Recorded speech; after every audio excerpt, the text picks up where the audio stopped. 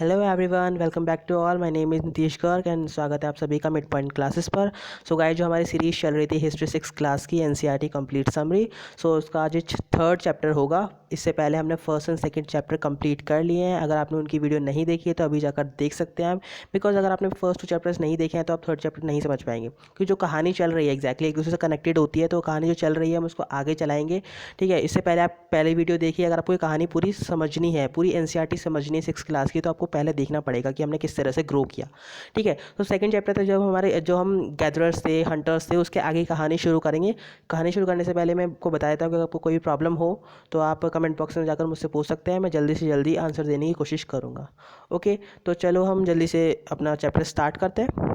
जो हमारा third chapter होगा इस सीरीज़ का, वो होगा हमारा from gathering to growing food. अब देखो, इस चैप्टर का मतलब क्या है कि बटोर के खाने वालों में से अब क्या बन जाएंगे, हम खाना उगाना शुरू कर देंगे। पहले क्या करते थे, इधर उधर से खा लेते थे, उठा के खा लिया, पेड़ से तोड़ के खा लिया, हंटर बन गए, इस तरह से खा लेते थे हम।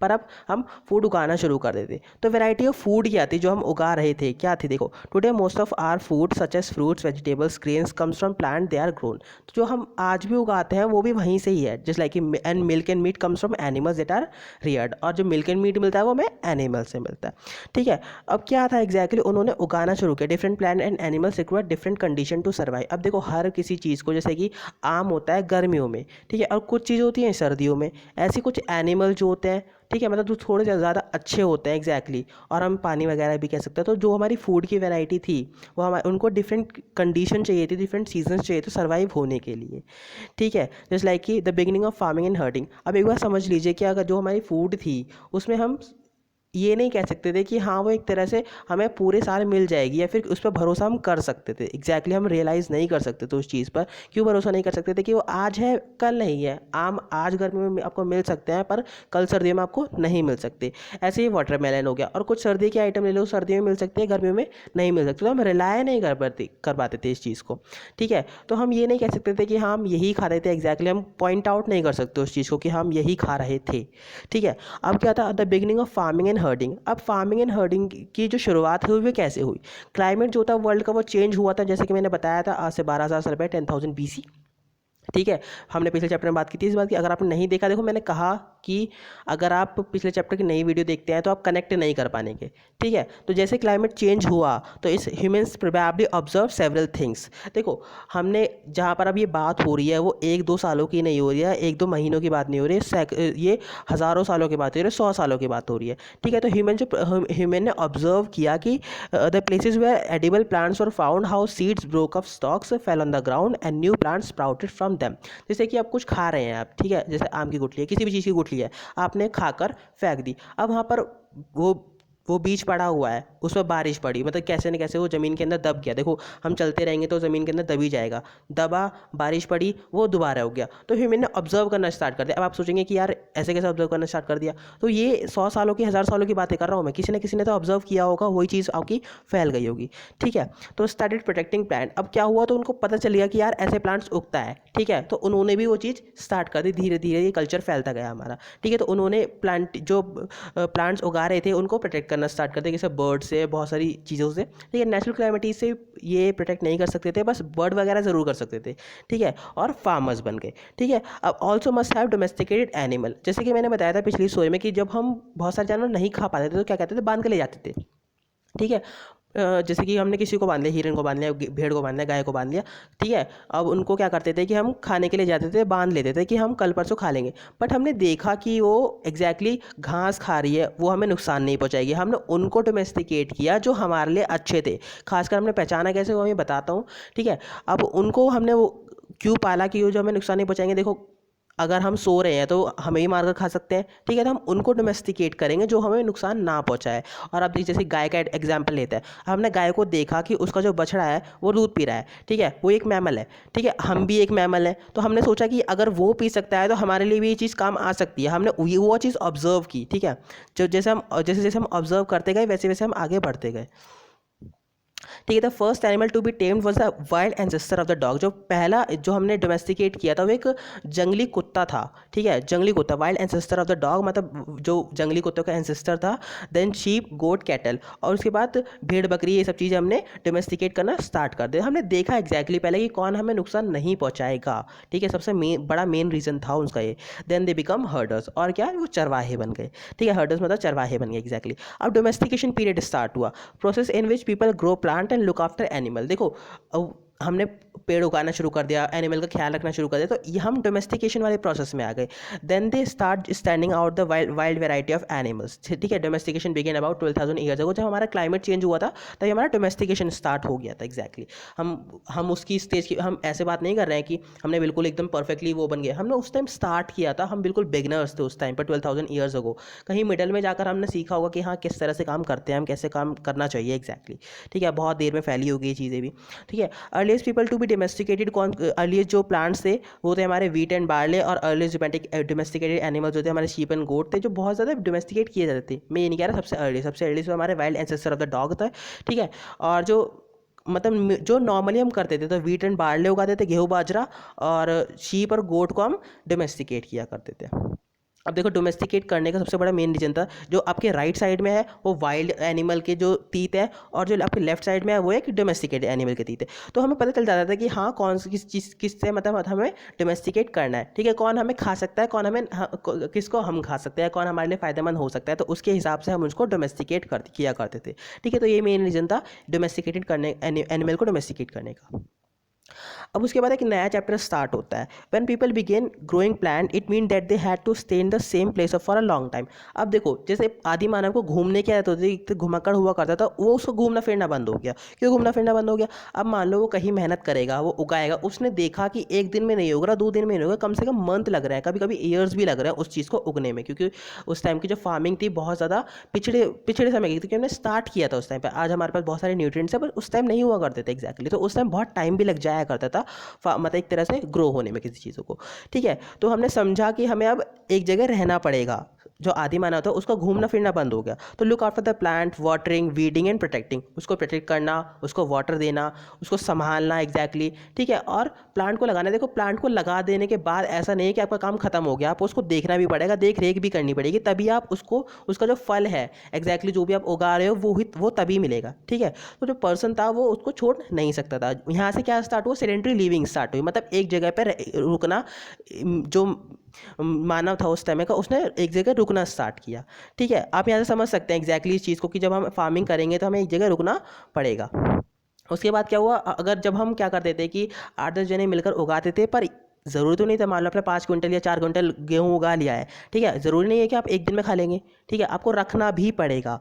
ठीक है, तो जब रखना, उनको लगा कि यार रखें कहाँ, तो यही हुआ ना कि necessity is the mother of invention. अब उन्होंने क्या किया कि अलग अलग चीज़ें बनानी शुरू कर दी, जैसे लाइक कि पॉटरी।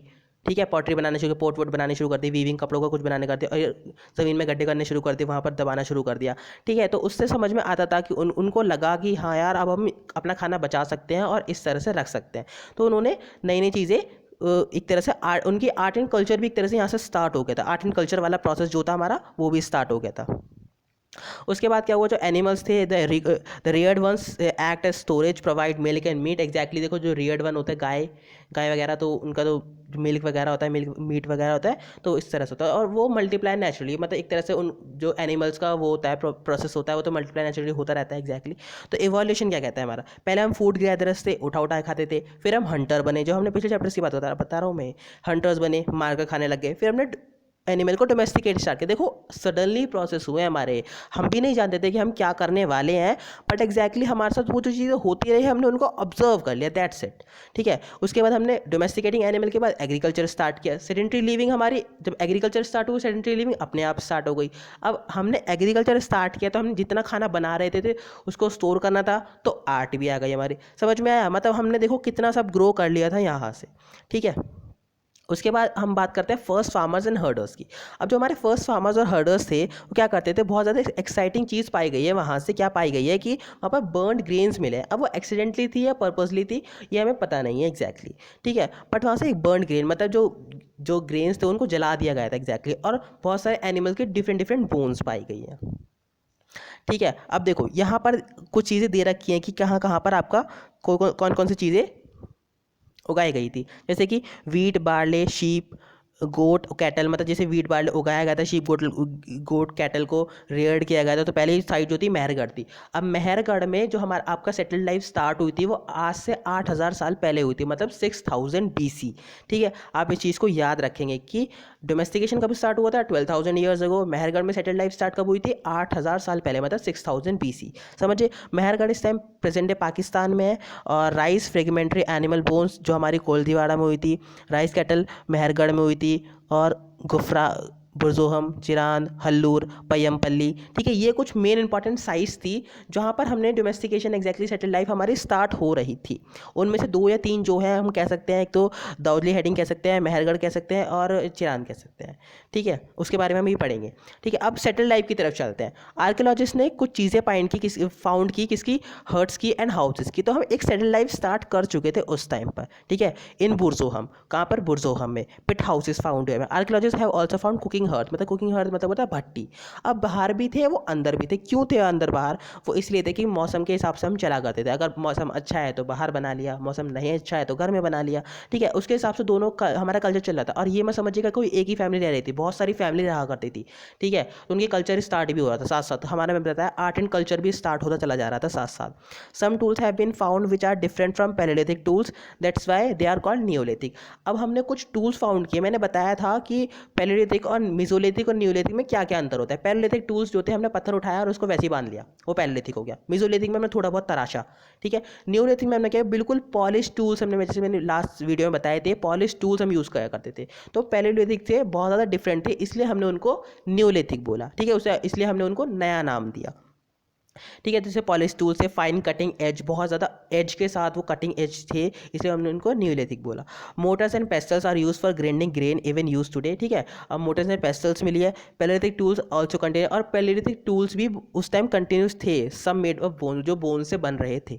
ठीक है, तो हमने सेटल लाइफ की तरफ देखा कि हमने कैसे कैसे बुरजोहा में पिट हाउसेस पाए, हट्स पाई, हाउसेस पाए। ठीक है, टूल्स पाए, न्यूलिथिक टूल्स। ठीक है, पैलेलिथिक भी चल रहे थे उस टाइम पर।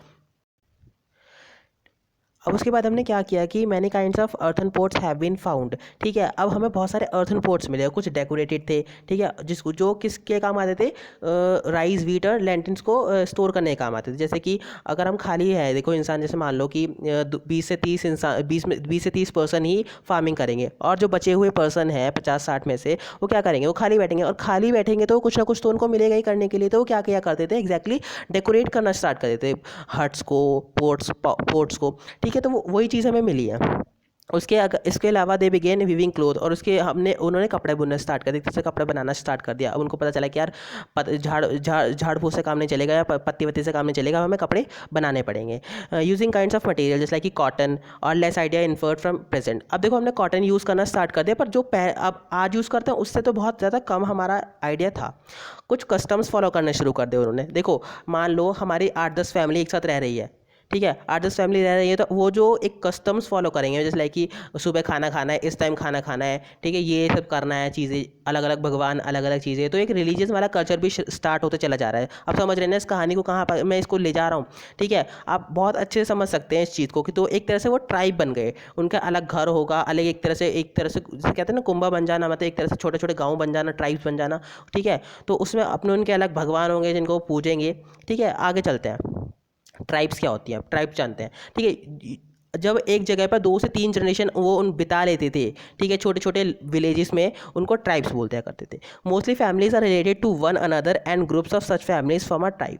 ठीक है, तो एक हम समझ सकते हैं इस चीज़ में से कि जो फैमिलीज़ थी एक दूसरे से रिलेट करती थी। मान मैं एक फैमिली की बात नहीं कर रहा, एक फैमिली तो कभी भी ट्राइब नहीं बना सकती। 3-4 फैमिली मिल गई या 8-10 फैमिली मिल गई, वो एक ट्राइब बना ले करती थी। उनका ऑक्यूपेशन क्या था, farming, fishing, herding, hunting, gathering. मतलब क्या करते थे वो, कुछ फार्मर्स थे, कोई फिशिंग दे करता था, कोई चरवाहे थे, कोई हंटर्स थे, कोई गैदरर्स थे। ठीक है, वो women do most of the agriculture work. अब वुमेन जो होती सबसे ज़्यादा काम किया करते थे, जैसे कि preparing the ground, sowing seeds, looking after plant, मतलब ग्राउंड को प्रिपेयर करना, बीज बोना, प्लांटों का ख्याल रखना, हार्वेस्टिंग अगेन दोबारा से करना।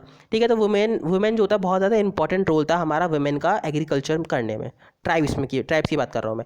चिल्ड्रन का क्या करता है वो, प्लांट्स को देखते थे, स्मॉल फॉक्स करते थे और क्लीनिंग एंड मिल्किंग, मतलब एक तरह से चरवाहे बन जाते थे, गाय बैल को चराए आते थे। जो चिल्ड्रंस थे उनको भी मज़ा आने लग गया था, एग्जैक्टली उनको भी समझ में आने लग गया था कि हाँ ये बहुत इंटरेस्टिंग काम है। और मैन जो होता है वो हमेशा लीड करता था, वो क्या करता था, एनिमल को हर्ट्स करता था इन सर्च ऑफ पैस्चर्स और नई नई ज़मीन खोजने में। ठीक है, अब मैन एंड वुमेन क्या करते थे, दोनों साथ मिलकर पॉट्स भी बनाते थे, बास्केट, टूल्स एंड हर्ट्स भी बनाते थे। They also take part in singing, dancing and decoration. अब मान लो कि जब उन्होंने सुबह सारा काम खत्म कर लिया, वो शाम को तो फ्री है, अब क्या करेंगे, वो डांसिंग करेंगे, सिंगिंग करेंगे, डेकोरेशन करेंगे, मतलब उनको कुछ ना कुछ नया मिल रहा था, वो एक तरह से अपने कल्चर को बढ़ा रहे थे। ठीक है, मतलब एक तरह से कुछ नहीं मिलेगा इंसान को तो उसने डांसिंग करना शुरू कर दिया, सिंगिंग करना शुरू कर दिया। ये ऐसी चीज़ें हैं जो हम जिनके बारे में एक्यूरेटली नहीं बता सकते, बस उन्होंने करना शुरू कर दिया था। ठीक है, सम मैन रिगार्डेड एज लीडर्स, और कुछ जो थे वो ट्राइब के लीडर हुआ करते। जैसे कि आज मान ले, अगर हम आज के बारे में सोचे तो कोई किसी गाँव का मुखिया, कौन होता है गाँव का मुखिया, जिसके पास ज़्यादा पावर है, जो ओल्ड है, एक्सपीरियंसड है, ठीक है, या फिर ब्रेव है। ठीक है, तो वही हुआ करते थे हमारे लीडर। उस टाइम में ट्राइब्स में जो लीडर्स हुआ करते थे वो ओल्ड, एक्सपीरियंस, ब्रेव वॉरियर्स या प्रेस्ट, कोई भी जो हमारा बहुत अच्छा होगा वो लीडर बन जाया करता था। उसके बाद जो हमारा tribes give rich unique culture, अब वो उन्होंने उनके अलग अलग कल्चर हो गए, अलग अलग भगवान, अलग अलग लैंग्वेजेस, अलग अलग म्यूजिक, अलग अलग स्टोरीज, अलग अलग पेंटिंग्स। ठीक है, मतलब मान लो आज आपकी थर्ड जनरेशन, फोर्थ जनरेशन यहाँ पर रह रही है, तो वो फोर्थ जनरेशन आपकी फर्स्ट जनरेशन के बारे में कहानियाँ सुनाएगी कि हमारे जो एंसेस्टर थे उन्होंने ये किया। जैसे आपके दादाजी सुनाते होंगे, एग्जैक्टली आप समझ सकते हैं कि हमने ऐसे ऐसे किया, हमने ऐसे ऐसे सर्वाइव किया। ठीक है, हमने ये चीज़ काम की, आज तो हमें बहुत ज़्यादा सुविधा है, उस टाइम नहीं हुआ करती थी। तो वही चीज़ें, स्टोरीज़, उनकी पेंटिंग्स, उनकी लैंग्वेजेस, उनके भगवान, उनकी म्यूजिक्स, वही चीज़ आगे बढ़ती चली गई, उनको ही फॉलो करते चले गए हम। ठीक है, रिलीजन वाला कल्चर हमारा स्टार्ट हो चुका था। Resources belong to entire tribe, और जो रिसोर्सेज थे, एग्जैक्टली देखो ट्राइब में क्या होता था, कोई इनइक्वालिटी नहीं थी। सबसे मेन जो अच्छी बात थी ना मुझे ट्राइब में लगी है, वो इनइक्वालिटीज़ कोई भी नहीं थी। एक पर्सन सामने आप हो, एक पर्सन सामने मैं हूँ, दोनों को इक्वल मिलेगा। किसी को इनइक्वालिटी में नहीं तोड़ा जाएगा कि हाँ तुम छोटे हो मैं बड़ा हूँ, या तुम इधर के हो मैं उधर का हूँ, दैट्स नॉट। ठीक है, एक ट्राइब में बहुत अच्छे से सबको रखा जाता था, तो ये बहुत अच्छी बात थी उस ट्राइब की। उसके बाद है, हम देखते हैं कुछ क्लोजर लुक। हमने जैसे कि बताया था, मैंने कहा मेहरगढ़ बहुत अच्छी साइट है। मेहरगढ़ में कब स्टार्टिंग हुई थी आपको याद रखना पड़ेगा, 8000 साल पहले सेटल लाइफ स्टार्ट हुई थी। तो ये साइट है, ये कहाँ पर है, बुलान पास की है, बुलान पास के पास है। ठीक है, ये ईरान की इंपॉर्टेंट रूट्स है। ठीक है, बुलान पास जो है one of the place where first time wheat and barley grow and sheep goat rearing, सबसे इंपॉर्टेंट साइट है और पहली साइट है जहाँ पर वीट एंड बार्ले ग्रो हुआ था। It is one of the earliest villagers, और सबसे पुराना विलेजेस है। जैसे कि हम जानते हैं, हमने फर्स्ट चैप्टर में पढ़ा है, archaeologist found many types of animal bones है। कौन कौन सी, डियर और पिग्स की, शिप एंड गोट्स की, और कैटल बोन्स मोस्टली कॉमन थी हमारी। तो आर्कियोलॉजिस्ट ने यहाँ पे बहुत सारी चीज़ें फाइंड करी, इसलिए बहुत ज़्यादा इंपॉर्टेंट माना जाता है मेहरगढ़ को। मेहरगढ़ का रोल जो है बहुत इंपॉर्टेंट है। अब स्क्वायर एंड रेक्टेंगल हाउसेज मिले थे विद 4 और मोर कंपार्टमेंट, जैसे लाइक कि आपके राइट साइड में इमेज है। अब उनमें से किसी एक को यूज़ किया जाता था स्टोर करने के लिए। अब देखो पहले अभी हम क्या कर रहे थे, अभी हम ज़मीन में गाड़ रहे थे, किसी पोर्ट में रख रहे थे। अब हमने सोचा कि यार ये सफिशिएंट नहीं है, अब हमें कुछ नया करना पड़ेगा। तो नया करने के चक्कर में हमने क्या किया, बनाना शुरू किया कुछ। ठीक है, स्टोर हाउसेज बनाना शुरू किए, उसमें एक अलग जगह रखी जाती थी। जैसे कि आज हम गेहूँ वगैरह की टंकियाँ फिर रूम रख लेते हैं ना, ऐसी वो रखा करते थे।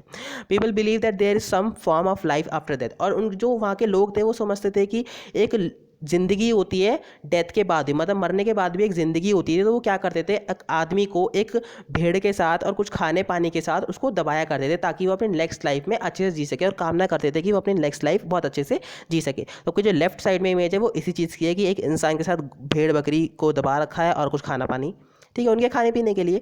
ठीक है, तो bird with goats with means of food in the next world. आगे चलते हैं, सेकंड जो हमारी वो दाऊजली हैंडी है। क्या है इसमें, this is the site of the hills near Brahmaputra valley. Brahmaputra valley के पास है भाई, बिल्कुल हमारी कह सकते हैं ब्रह्मपुत्र कहाँ पर है, चाइना म्यांमार के बिल्कुल वो थी। ठीक है, पास थी बिल्कुल, चाइना म्यांमार के रूट्स निकल रहे थे, ब्रह्मपुत्र वैली के बिल्कुल नियर है ये। और यहाँ पे स्टोन टूल्स मिले हैं इंक्लूडिंग मोटर एंड पेस्टल। तो यहाँ पर भी हमें इंडिकेशन मिलता है कि यहाँ पर भी जो फूड ग्रेन था वो भी चल रहा था, मतलब प्रिपेयर फूड चल रही थी। यहाँ पर भी कुछ ऐसी चीज़ चल रही थी जो मेहरगढ़ में चल रही थी। देखो जब हमें मोटर पेसल्स मिलती है तो हमें वही समझ जाना चाहिए कि वहाँ पर ये सब चीज़ें हो रही थी। और जेडिएट स्टोन था। ठीक है, वो जो स्टोन था ये मेनली जो होता है वो चाइना में होता है। और वो चाइना से कैसे लाया गया होगा जब हमारे पास कैटल भी नहीं था, कुछ भी नहीं था। ये बहुत ज़्यादा इंपॉर्टेंट थिंग्स है कि हमने कैसे लाया होगा, बिल्कुल चाइना के रूट पे पड़ता है ऐसे तो। ठीक है, और fossils of woods tools are common, और पॉटरी थी। ठीक है, अब उसके बाद जो था कैटल हयूक था टर्की का। अब कैटल जो इस कहानी दे रखी है, जैसे कि हर चैप्टर के लास्ट में कहानी दे रहे हैं हर एक अलग जगह की, तो ऐसे जैसे मेहरगढ़ और दाऊजी हेडिंग में चल रहा था, ऐसे यहाँ पर चल रहा था। सब तो मोस्ट फेमस न्यूलिथिक साइट कहते हैं इसको। और several things are brought from great distances, जैसे कि बहुत सारी चीज़ें यहाँ से अलग अलग जगह से लगाई है। कैसे वो बहुत बड़ी चीज़ का मतलब एक तरह से ना बहुत बड़ी मिस्ट्री है आज भी। कैसे, जैसे flint from Syria, cowries from Red Sea और shells from Mediterranean Sea. Sorry यहाँ पर जो वाई है वो टी है, एग्जैक्टली थोड़ा सा मिस्टेक हो गया है। ठीक है, तो शेल्स फ्रॉम मेडिटेरियन सी। तो हमें समझ में आया कि उस टाइम तो कोई कार्ड्स था ही नहीं, कोई बैल बुग्गी थी ही नहीं, तो वो ले आए कैसे इतनी दूर दूर से। चलो वहाँ से ब्रह्मपुत्र का जो जेडेड स्टोन था वो तो आ गया, क्योंकि वो चाइना के बिल्कुल पास था, हम तो पैदल चल के भी ले आते थे। पर मेडिटेरियन रेड सी से इतना दूर दूर कैसे लाना, वो बहुत इंपॉर्टेंट था। ठीक है, तो मतलब हमें उससे समझ में आया कि कुछ लोग एनिमल्स को यूज़ किया करते थे, एनिमल्स के ऊपर सामान रख दिया करते थे, या खुद ही पीठ पर सामान रखकर इधर उधर काम किया करते थे। ठीक है, तो मतलब एक तरह से कैटल हयूग जो है टर्की का, वही बहुत इंपॉर्टेंट न्यूलिथिक साइट है। उसके बाद बहुत इंपॉर्टेंट जो आपका एक चीज़ आती है वो ये है अर्ली एंड लेटर लेवल्स। मैंने बताया था कि लास्ट वीडियो में कि हम समझेंगे कि हम कैसे पता लगाते हैं कि कौन सा पुराना है कौन सा नया है। ठीक है, तो इसमें आपको बता रखा है कौन सा पुराना है कैसे है। देखो, मान लो एक ज़मीन है, अब उसको अगर आप उसमें 500 मीटर 600 मीटर या फिर ज़्यादा डीप जाओगे तो आपको वो चीज़ें मिलेंगी जो बहुत पुरानी थी। कैसे पता चलेगा? अब मान लो एक एग्जाम्पल लेते हैं, जब हम बहुत पुराने ज़माने में थे, आदि मानव के टाइम में आ जाओ। ठीक है, तो मतलब कोई भी एक तरह से ज़मीन जो सड़कें थी बहुत क्लीन थे, आप कहोगे आज भी क्लीन नहीं। आज हम नदी के लेवल से बहुत ऊपर है, उस टाइम बिल्कुल जो रिवर का लेवल था और ज़मीन का लेवल था बहुत मोस्टली सेम ही हुआ करता था। ठीक है, तो हम बिल्कुल उस सेम फर्टाइल प्लेन्स पर थे। अब उस पर क्या हुआ, बहुत टाइम बीता गया, मिट्टी आ गई, एक तरह से सेडिमेंट्री रॉक्स आ गए, तो वो एक तरह से क्या होने लग गया, वो जमना शुरू हो गया। तो उसके 500 मीटर 600 मीटर 700 मीटर 1000 मीटर हम उसके ऊपर आ गए हैं प्रेजेंट टाइम में।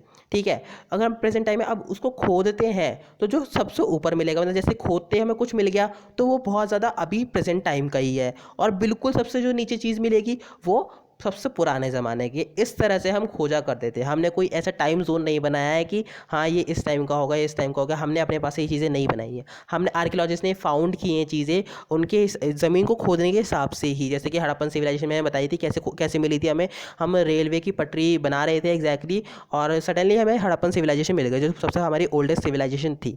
ठीक है, तो इस वीडियो में बस इतना ही। बाकी जो स्टोरी है इसको आगे कंटिन्यू करेंगे कि कैसे हमने आगे की चीज़ें करी। और अगर आपको ये वीडियो पसंद आई है तो आप इसको लाइक शेयर एंड कमेंट कर सकते हैं। ठीक है, and keep learning, keep supporting and subscribe, also subscribe the channel. ठीक है, नेक्स्ट वीडियो में मिलते हैं। Thank you so much.